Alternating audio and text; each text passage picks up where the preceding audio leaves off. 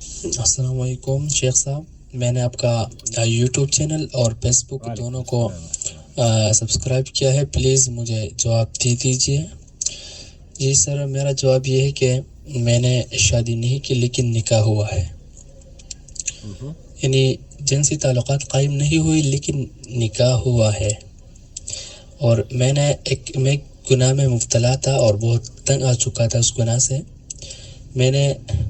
کہہ دیا کہ اگر میں نے پھر یہ گناہ کیا تو میرے بیوی کو طلاق طلاق طلاق، لیکن بعد میں مجھ سے پھر بار بار یہ گناہ ہوا، تو پلیز اس کا حل بتا دیجیے۔ نحمدہ ونصلی علی رسولہ الکریم، اما بعد۔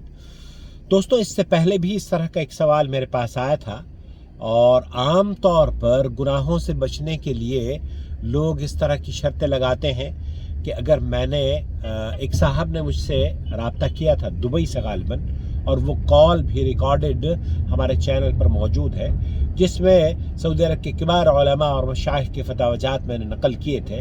اور اس طرح کے سوالوں کا جواب یہ ہوتا ہے کہ آپ نے اپنی بیوی سے آپ نے خود ہی اپنے اوپر یہ شرط لگائی کہ اگر میں نے یہ کام کیا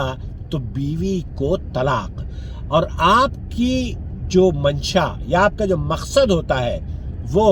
طلاق دینے کا نہیں ہوتا، بلکہ مقصد یہ ہوتا ہے کہ میں اس گناہ سے بچ جاؤں۔ اس لیے اگر آپ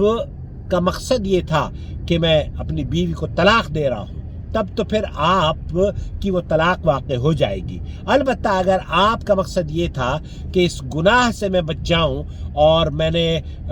یہ بات اس لیے کہی تھی، یہ شرط اس لیے لگائی تھی تاکہ میں اپنے آپ کو گناہ سے بچا سکوں، تو ایک صاحب نے سماحت شیخ محمد بن صالح العثیمین سے بھی یہی پوچھا گیا تھا، تو انہوں نے کہا کہ آپ کے اوپر کچھ نہیں ہے اگر آپ کی نیت اپنی بیوی کو طلاق دینے کی نہیں تھی۔ تو خلاصہ کلام یہ ہے میرے بھائی، میرے عزیز، میرے دوست، کہ آپ نے اپنی بیوی کو طلاق نہیں دی ہے۔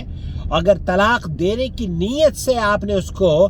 طلاق کے الفاظ کہے ہیں تب تو طلاق ہو جائے گی، لیکن اگر آپ نے طلاق دینے کی نیت سے